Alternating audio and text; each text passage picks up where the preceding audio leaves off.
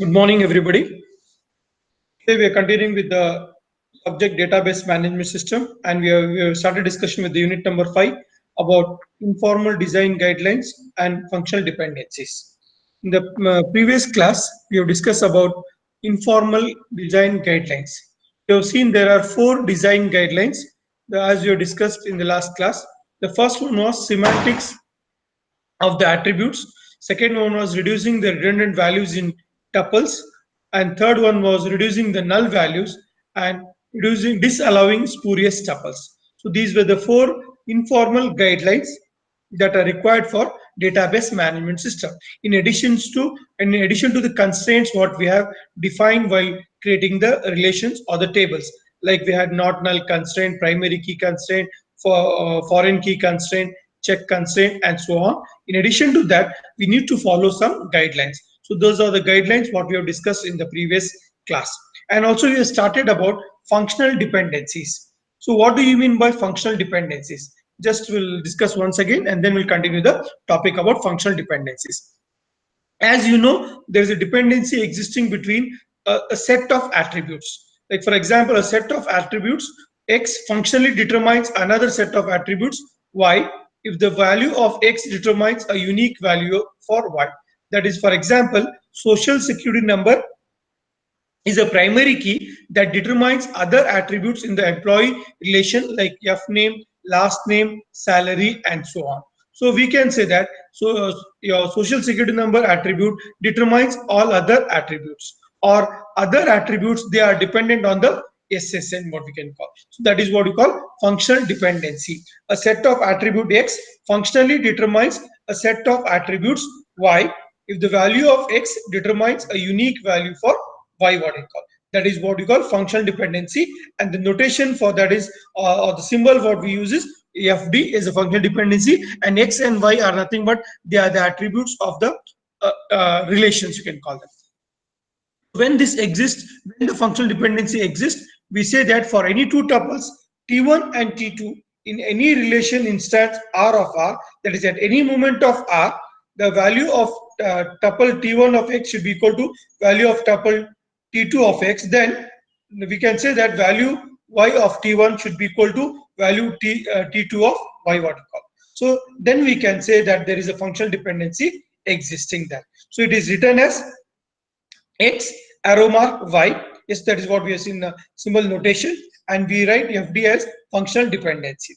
So that is what we have discussed in the previous class. Then we'll continue again the discussion about functional dependencies. So examples what we discussed for functional dependencies: social security number determines employee name, or project number determines project name and project location, and a combination of SSN and P number both together determines the number of hours. So this we can call that as, these are all the functional dependencies that are existing between various relations.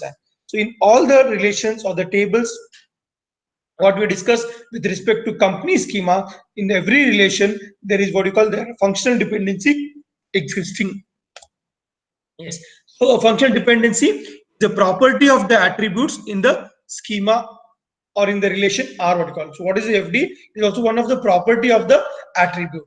Yes. Then the constraint must hold on every relation instance R of R. So this property should be existing at every instant for this relation R. If K is a key of R, that is if it's a primary key attribute, then K functionally determines all attributes in R, what you call that. So if a K is a primary attribute or a primary key, what you call, then it determines all other attributes of relation R, we can call. And two primary keys cannot be same. That is, we cannot have T1 of K is equal to T2 of K. The primary key cannot be same for two different tuples.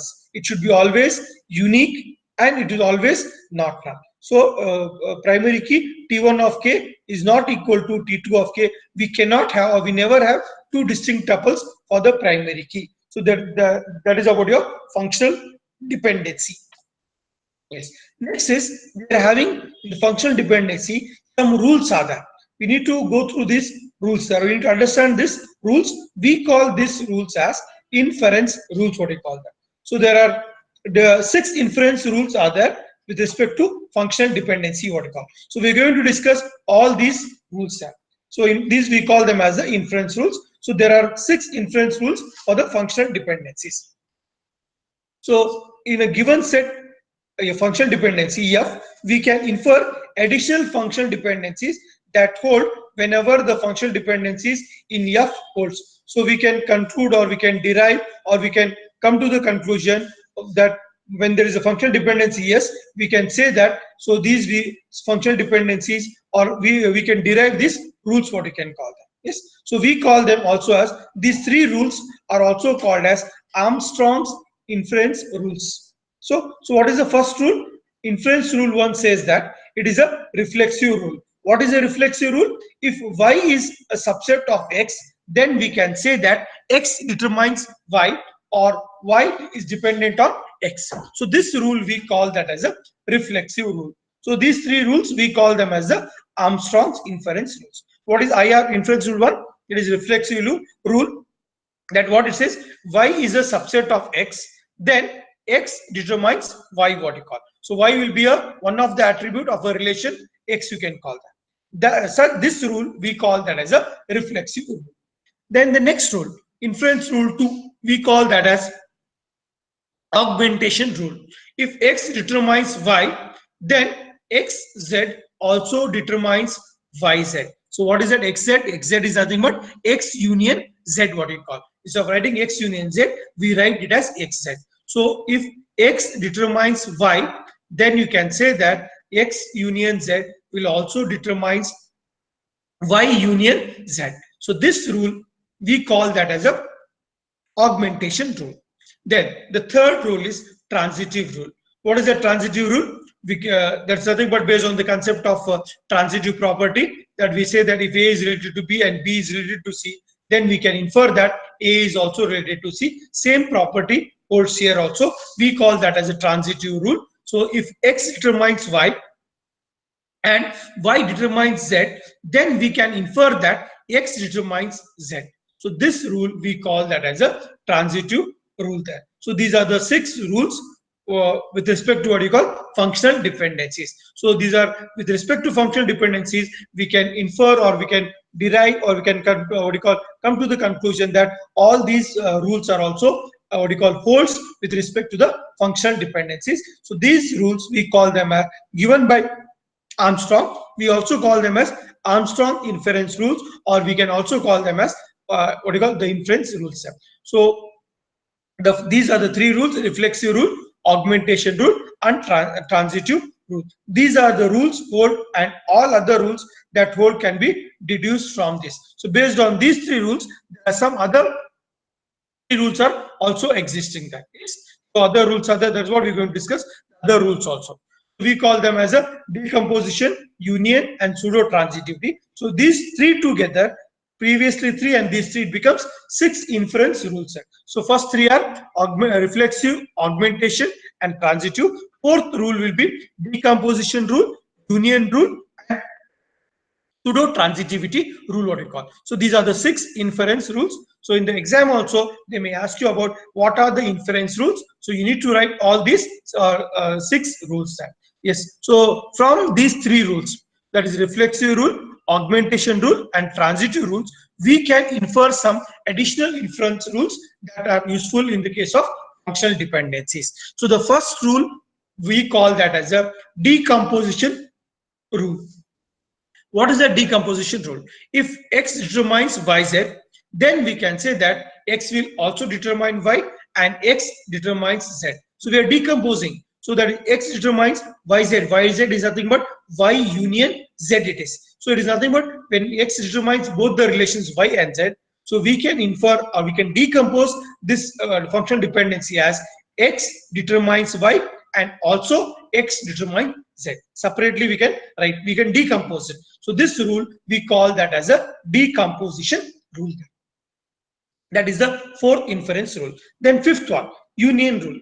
What is that union rule? So if x determines y and x determines z, then we can say that x determines yz. We can call that as a vice versa of decomposition. Yes, when it can be decomposed, again it can be applied union also, same similar to that. So if X determines the relation Y and X determines the relation Z, then we can infer that X will also determine the relation YZ, what you call. So this is what you call the fifth rule, union rule. Then the sixth rule is pseudo transitivity. What is that pseudo transitivity? If X determines Y and WY determines Z, then we can infer that WX will also determine Z there. So this rule we call that as transitivity rule there. Yes. So these are the three rules, plus the previous three rules become, these are the six rules, what do you call, inference rules of the functional dependencies. So the decomposition rule, union rule, and pseudo transitivity. These three rules, what do you call, are deduced from or inferred from the above three rules, that is about reflexive rule, augmentation, and transform. From these three rules, we have derived or deduced the next three rules, that is decomposition, union, and pseudo transitivity. So these rules we call them as the inference rules for functional dependencies. So you need to write all these six rules with respect to the inference rules for functional dependencies. Yes. Then in addition to that, there are some other concepts are there. What do you mean by closure and other things with respect to the functional dependencies? We are going to discuss it. Some definitions. Closure of a set F of functional dependencies is the set, we call it as F plus, of all functional dependencies that can be inferred from F, we can call. So closure of a set of closure of a set F of functional dependencies is defined as F plus. It includes all the functional dependencies that can be deduced or inferred from the set F. Then closure of a set of attribute X with respect to F is the set X plus. So it is which includes all the attributes that are functionally determined by X. So the first one is the closure of a set F. Next one is the closure of a set of attributes X with respect to F is the set X plus, which includes all the attributes which are determined by the determined by X, we can call. X plus can be calculated by applying all the three rules: inference rule 1, inference rule 2, inference rule 3, using the functional dependencies in F. So we can derive or we can calculate the X plus by applying the reflexive rule, the augmentation rule, and we call transitive rule. By applying these three rules, we can calculate what is the a relation or a set of attribute or closure of set of attribute X plus, what you can call that. Next is about equivalence of sets of functional dependencies. When we can say that two sets are equivalents, you can call two sets of functional dependencies. Suppose F is one set and G is one set. When we can call it as equivalent, when it satisfies two conditions. Every functional dependency F can be inferred from G, and every functional dependency in G can be inferred from F. Hence, if these two properties are satisfied or these two rules are satisfied, then we can say that these two sets F and G are equivalent. What is that? The first what it says, every functional dependency in F should be or can be inferred from G, and every functional dependency in G can be inferred from F. Then we can say that F and G are equivalent. So functional dependency in F should be inferred from G, and functional dependency in G should be inferred from F. If it is possible, then we can say the two sets F and G are equivalent. So if these two rules, the two sets it is satisfied, then we can say that the two sets are equivalent. Then what do you mean by covers?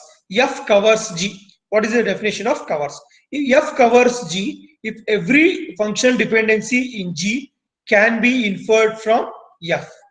Yes, that is when if there is equivalent, when the two sets are equivalent, then we can say that F covers G. That is from the set F, if all the functional dependencies we derived what you can call every functional dependency G can be inferred from F, then we can say that it is what do you call, it is a cover. F covers G if every functional dependency in G can be inferred from F, we can call. So then we can say that what do you call, F covers G. F and G are equivalent if F covers G and G covers F. That is, every functional dependency in F, when it is inferred from G, and every functional dependency in G can be inferred from F, then we can say that F and G are covered, or F covers G and G covers F. Both are what you can call, both vice versa, it is true what you call. So there's an algorithm for checking equivalence of sets of functional dependencies. So we're not going to discuss about that algorithm, just you can remember that. So we can say that the two sets F and G are equivalent, what you call that. Yes. Next, what do you mean by minimal sets of functional dependencies? When we can say that a set is minimal, then a set of functional dependencies is minimal if it satisfies the following conditions. What is that? What are those conditions? There are three conditions. So if it satisfies these conditions, then we can say that a functional dependency is minimal, what you call. Every dependency in F has a single attribute for its RHS. So we are having, for example, in functional dependency, we have seen X determines Y. If X, for example, SSN determines employee name. So SSN is X and E name is Y. So in X, there's only what you can call X is nothing but there's only one attribute. Yes. So if every dependency in F has a single attribute for its RHS. So SSN determines E name. So then we can say that this functional dependency is minimal, what we call that. We cannot remove any dependency from F and have a set of dependencies that is equivalent to F. Then one more thing, we cannot replace any any dependency X determines A in F with a dependency Y determines A, where Y is a proper subset of X, and still have a set of dependencies that is equivalent to F. So we cannot remove any elements from the set. So if there is only one element, we can say that that functional dependency is minimal. So when it determines another set of attributes, from those set of attributes, we cannot remove any of the attributes, what we call. So if such set is there, then such functional dependencies, we call them as the minimal functional dependencies. Every set of functional dependencies has an equivalent minimal set. So usually every set of functional dependencies, we're having an equivalent minimal set. There can be several equivalent minimal set. So many equivalent sets can be existing there. There is no simple algorithm for computing a minimal set of functional dependencies that is equivalent to a set F of FD. To synthesize a set of relation, we assume that we start with a set of dependencies that is a minimal set. So there is no specific algorithm to derive or to calculate or to determine the minimal set, but with what are the dependencies existing, from based on those dependencies, we try to identify the minimal set, what we call. So we start with the dependencies given in the relation. Based on those dependencies, we identify the minimal set, what we call that. Yes. So that is about your functional dependencies, what we have discussed so far. That in the functional dependencies, just will summarize what are the things you have discussed. So first we discuss about definition. What do you mean by functional dependencies, examples, and so on. That is, example SSN determines E name, or P number determines P name and P location.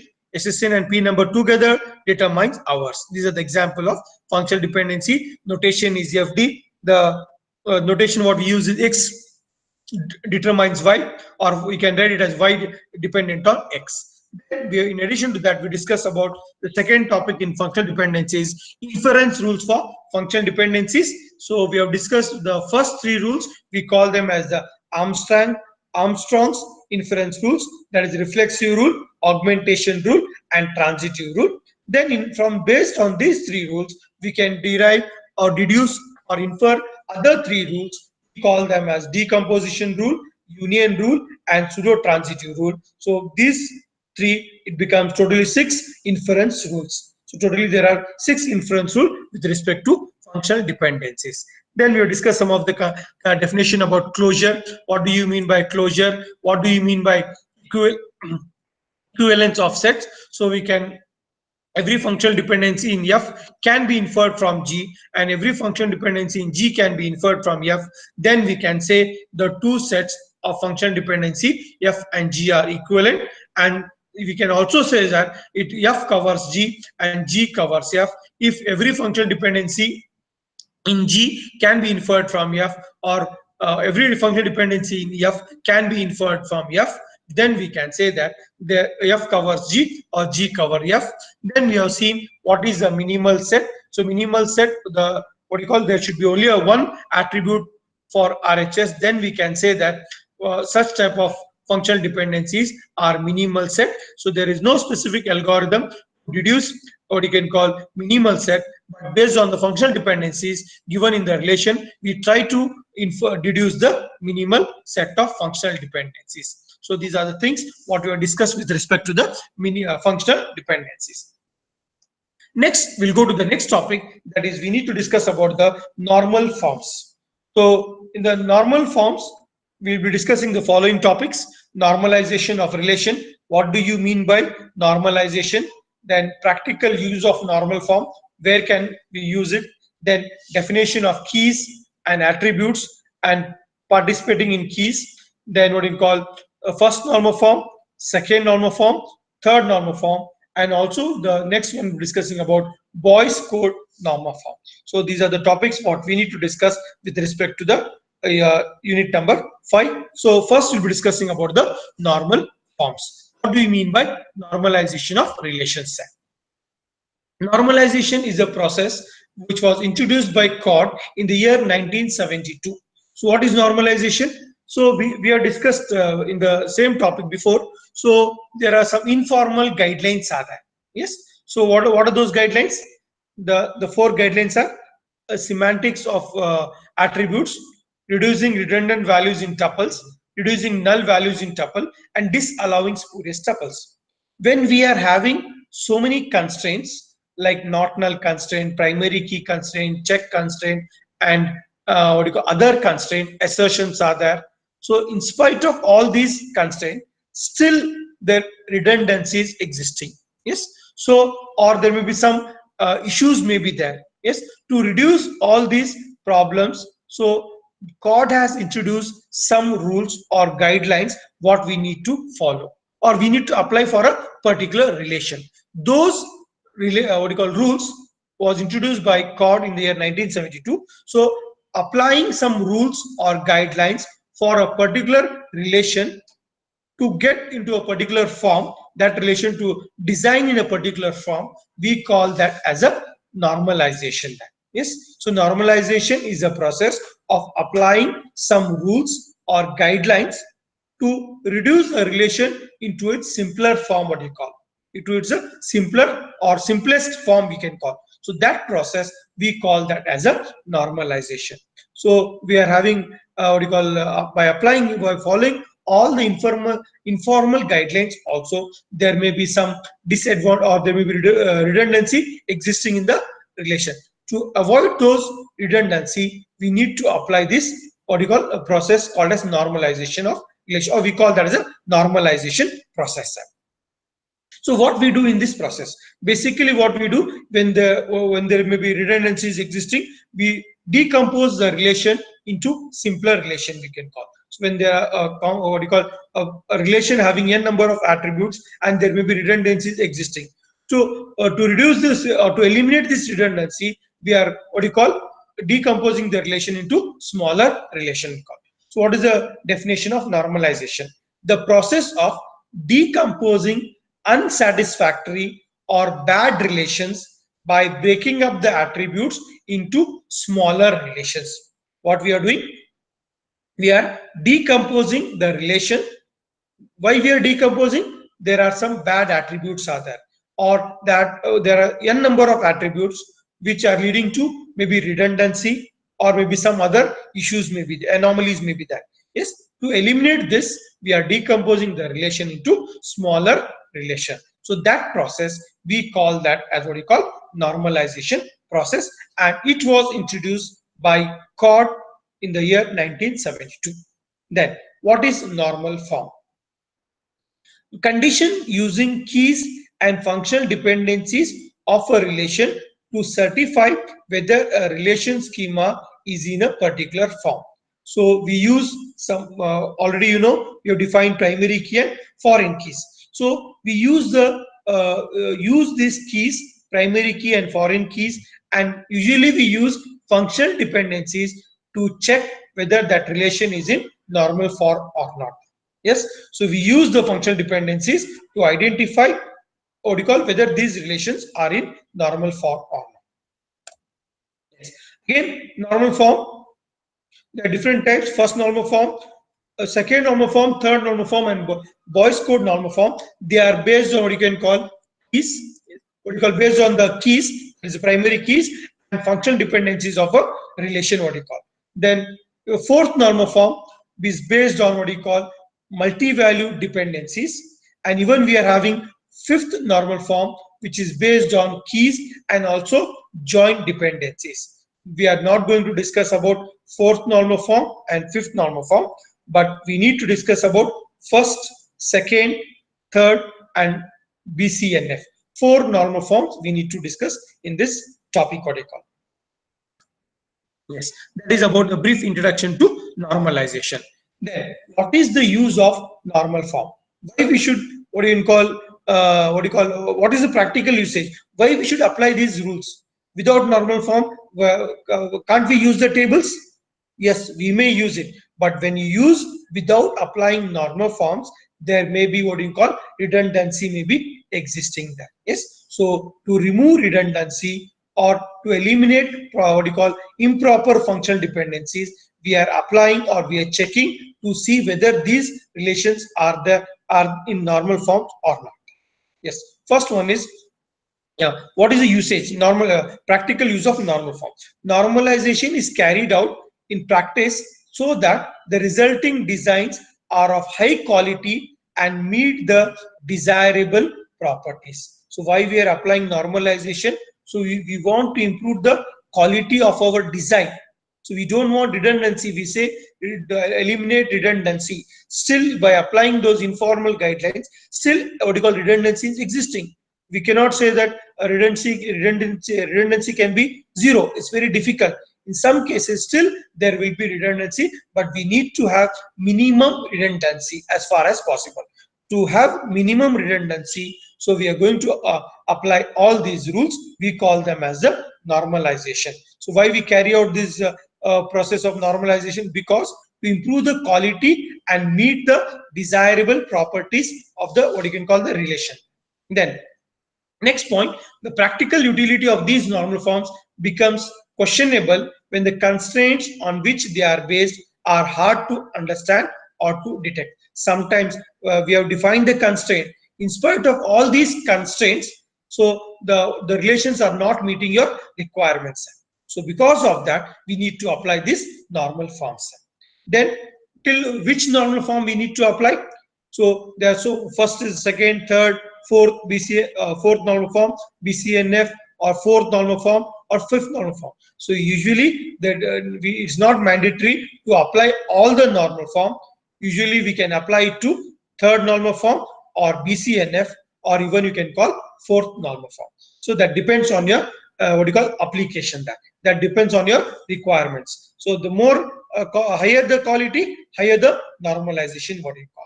So the database designers need to normalize to the highest possible normal form, maybe up to 3NF, or maybe to BCNF, or maybe to the fourth normal form. Then that is about the normalization process. What do you mean by denormalization?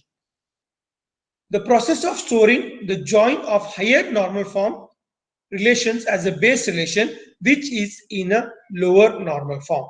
So if the relation which is not in normal form, so we can call that relation as it is in denormalization, we call, or it is the relation is said to be denormalized, what you call. The process of storing the join of higher normal form relation as a base relation which is in a lower normal form. So what you call, suppose you want to apply for third normal form, it may be in second normal form, so we can say that the relation may be a denormalized, it is in denormalized, we can say that. Yes, so storing the join of higher normal form to a relation as a base relation which is in a lower normal form, we call that relation as a denormalization. Next is what we need to discuss about some of the definitions of key attribute or keys or attributes or a super key. What is a super key? What is a key, and so on. A super key of a relation schema R is nothing but a combination of attributes A1, A2, A3 up to n number of attribute is a set of attribute S which is subset of R with the property that no two tuples T1 and T2 in any legal relation state R of R will have T1 of S is equal to T2 of S. What it says that no two values for super key should be same. If such attributes are there, then we can say that attribute was a super key there. Yes, it can be a combination of it can be a single attribute or it can be two or three, and that depends on the application. So we can, the two values for super key for two different tuples should not be same. If so, if it is so, then we can say that key as a super key. Usually super key will be a combination of more than one attribute. So like for example, we are having ESSN and P number. So both together will identify the number of hours the employees are working. So we can call the social security number and project number both together are the super key which will determine the number of hours the employees are working. So that is the definition of super key there. Yes. So at any moment of time, the two values for super key cannot be same. If it is same, then we cannot say that it is a super key there. Yes, that is the first definition. Next is a key. What do you mean by a key? A key K is a super key with the additional property that removal of any attribute from K will cause K not to be a super key anymore. What do we say that? A super key, what you can call, is a property, a key K is a super key with the additional property that the removal of any attribute from K will cause K not to be a super key anymore. Suppose if K is a super key and having one or two attributes, if you remove one attribute from the key, then it loses the property of what you call a key, or we cannot say that it is a super key. From the key, if you remove any attribute, suppose it's a combination of two attributes. So if you remove one attribute, then it loses the what you call the property of what you call key. So that is what you call, it loses the property of, we cannot say that it will not be a super key at all then. So if you remove one of the attribute from the key, it loses the property of super key.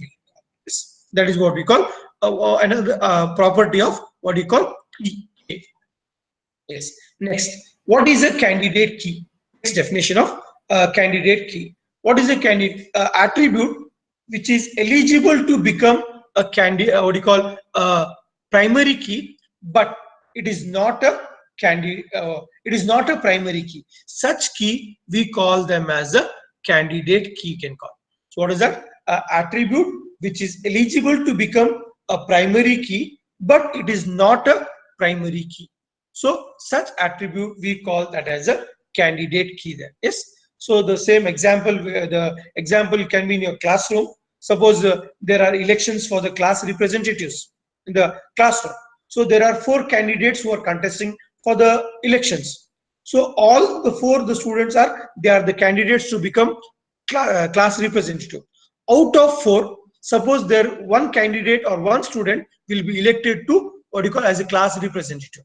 So the class representative can be treated as a primary key, where other 3 students who had contested the elections, but they have not become the class representative. So these other 3 students, we can call them as the candidate key. The same concept implies here also. What is that? The attribute which is eligible to become a primary key, but it is not a primary key, that we can call that as a candidate key. The example for this is, for example, in your driving license, in the driving license, we are having a what you call license number, which is always unique. Yes, and also we are having a vehicle number. A vehicle number may be a two-wheeler or four-wheeler, whatever it may be there. Whichever vehicle you are having, the vehicle number is unique. So here the license number is eligible to become a primary key, and also the vehicle number is also unique.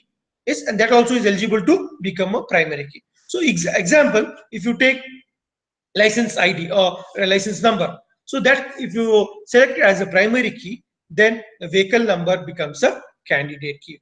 So it is eligible to become a what you call primary key, but we have not selected it as a primary key, so we call that as a candidate key. So if a relation schema has more than one key, each is called a candidate key, you can call. One of the candidate key is arbitrarily designated or selected as the primary key, and the others are called as the secondary keys. We also call them as the secondary keys, or we also call them as a candidate key. Out of n number of, suppose as I told the example, 4 students, one have been elected as the class representative. So we can call him as the primary key. Other candidates or students, they can call it as a secondary candidates or secondary keys. That is the definition of candidate key. Next is, what do you mean by a prime attribute? A prime attribute must be a member of some what you call candidate key. So even the primary key attribute which is eligible to become a what you call primary key, or even the primary key attribute also is called as a prime attribute. Yes, or a candidate key is also a prime attribute.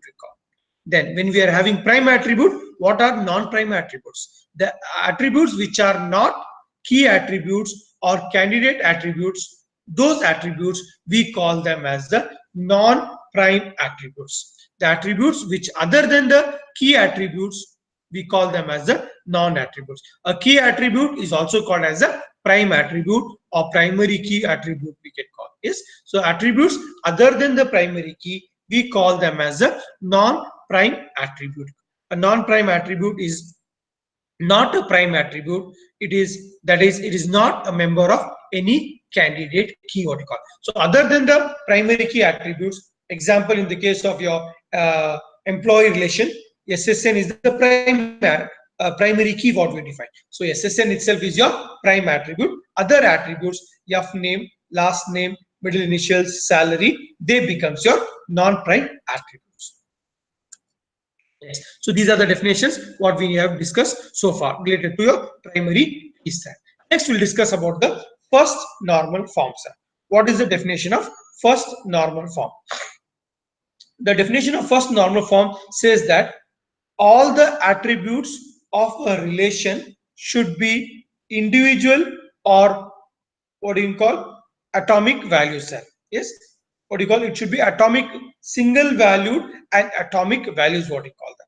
The definition of first normal form says that the attributes of a relation should be single valued and atomic attribute set. So indirectly what it says, indirectly it says that there should not be any composite attributes and multi-valued attributes and nested relations. So in the previous unit, what we have discussed about in entity relationship diagram, we have seen in the company schema, we have designed address or the name attribute as a composite attribute. Name, we are having F name, middle initials and last name. In the ER diagram of a company database, you can remember that we have designed what you call the name as a composite attribute. So what is a composite attribute? The attribute which can be divided into subparts. Example, you are having a name. So instead of having a name attribute, so the name can have 3 different sub attributes we can call first name, middle initials, last name. Or another example can be address of a employee. Address is having the door number as a subpart, street number, then the area, then the pin code. So address is a composite attribute. The attribute which can be what you call the attribute which is having the sub attributes, we call them as a composite attributes. So we have designed a composite attribute in the for the employee entity as name as a composite attribute having three sub attributes: F name, middle initials, and last name. That is one thing. Next is in the department in the department entity we have defined the department has got several locations. So we have defined the delocation attribute as a multi-valued attribute denoted by double oval shape symbol. What do you mean by multi-valued attribute? The attribute which is having many values. For example, the what do you call a department number 10. The department name may be research, located in more than one place, maybe at Chennai, maybe at Bangalore, and maybe at Mysore, for example. Three values are available for multi-value. So the department location is an attribute. For the attribute, there are three values are there. So the attribute which is having more than one value, we can call that as a multi-valued attribute. Or another example for multi-valued can be the what you call the qualifications of an employee. So the employee can be qualified as a qualification. He may have B.Tech, he may have M.Tech, and also the PhD. So three values are there for the qualification. So such attributes we call multi-valued attributes. And what do you mean by nested relations? Attribute whose values for an individual tuple are non-atomic value. Non-atomic means non-atomic which can be further divisible. So indirectly what it says, the first normal form says that it disallows composite attribute, multi-valued attribute, and nested relations. It says that the attributes, the relation is said to be in first normal form if the attribute values are single and atomic values. Yes, that is what we call. So indirectly it says it disallows composite attribute, multi-valued attribute, and nested relations. So whatever the design we have done in the ER diagram, now we need to redesign it. So we cannot have what we can call composite attribute and multi-valued attribute cannot be existing there. Yes, we can see one example here. The department, we are having one department name, department number, manager's social security number, and D locations. In the D locations, we have designed in the ER diagram as a multi-valued attribute.